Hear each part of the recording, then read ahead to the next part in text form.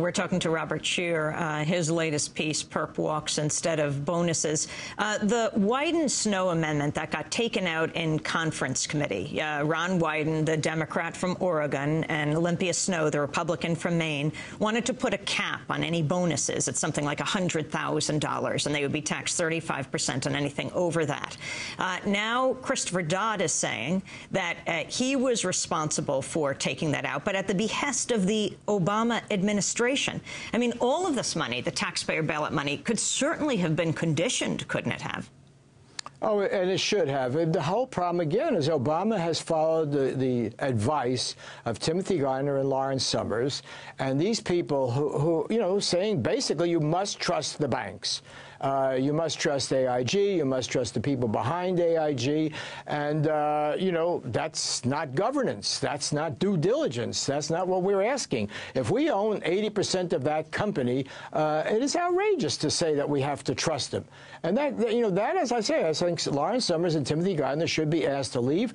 Barack Obama should start with a clean slate. He should bring in people who have unquestioned integrity on this, and they should be asking the tough questions. And Bob Scheer, obviously the issue of that's been raised repeatedly of the need to respect and contracts and not breaking of contracts. Obviously, labor unions, several of the congressmen in the hearing yesterday made the point that the auto unions are being asked to break their contracts, in essence, in order to be able to save General Motors. But here in this situation, Mr. Liddy, who, by the way, was a former director of Goldman Sachs, is saying that these contracts were in place before he came in at AIG, and they can't be violated. Yeah, look, I couldn't agree more. You know, I worked for the Los Angeles Times in one capacity or another for almost 30 years, and a few months ago, we were told that we no longer have retiree medical. Period. Goodbye. It's gone. You know, I've been paying for it for years. Suddenly, I don't have retiree medical. They broke that contract, that agreement, because they're in bankruptcy now, the Tribune Company. That workers all over the country are experiencing that. These contracts, by the way, were drawn up a year ago. And what is ugly about them is they were guaranteed 100% of their 2007 bonus, even though the people running AIG at that time knew darn well that they were going to have a disastrous year, losing hundreds of billions of dollars. Yet they wrote in 100% guarantee. What we're seeing is how this financial market works. They take care of each other. They feather their nests, and the amount of money they make is obscene. Obscene. You know, hundreds of millions of dollars for failing. You know, the head of AIG, when he was on the board of directors, according to Forbes, was paid $650,000 for being a director of that company, a company that was engaged in these toxic investments. So these guys, this whole notion of a bonus as something you get for doing well, is that they don't respect that. They reward people for failing. That's the key to the system, evidently. Robert Scheer, finally, the journalist's role in all of this. Every week, it seems, we're talking about the folding of another newspaper. We just saw the closing of the Seattle Post-Intelligencer. Now it'll just be online.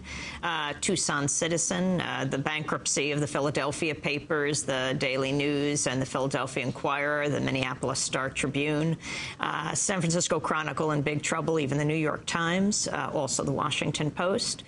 What about the role of not only the newspapers, but also the networks in this?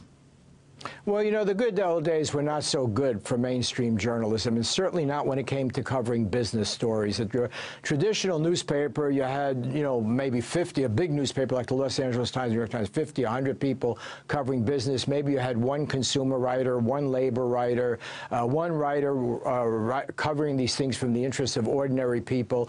Much of the reporting was done by press releases. I covered the Financial Services Modernization Act and Commodity Futures Modernization Act when I was working as a columnist at the Los Angeles Times. I saw very few mainstream reporters there. There was no critical reporting of those stories. They basically went along with what the lobbyists want. Bank of America and the other banks spent $300 million that year getting the legislation, their license to steal, in effect, and it was not covered. The Telecommunications Act was not covered. So, yes, I hate to see journalists, good journalists, losing their jobs. I wonder who's going to pay for the reporting and do the really good reporting that has been done in many areas, but business reporting has been a scandal. Why? Because the same people who own the newspapers benefit from the tax breaks, benefit from the loopholes. They're on the other side. I mean, General Electric, which is in trouble, after all, owns NBC. So these are not pristine owners. There are some exceptions of some families that have tried to do a good job. But in the main, the people running media in America who own it are benefit and want the kind of deregulation of the whole business community that has brought us to our knees.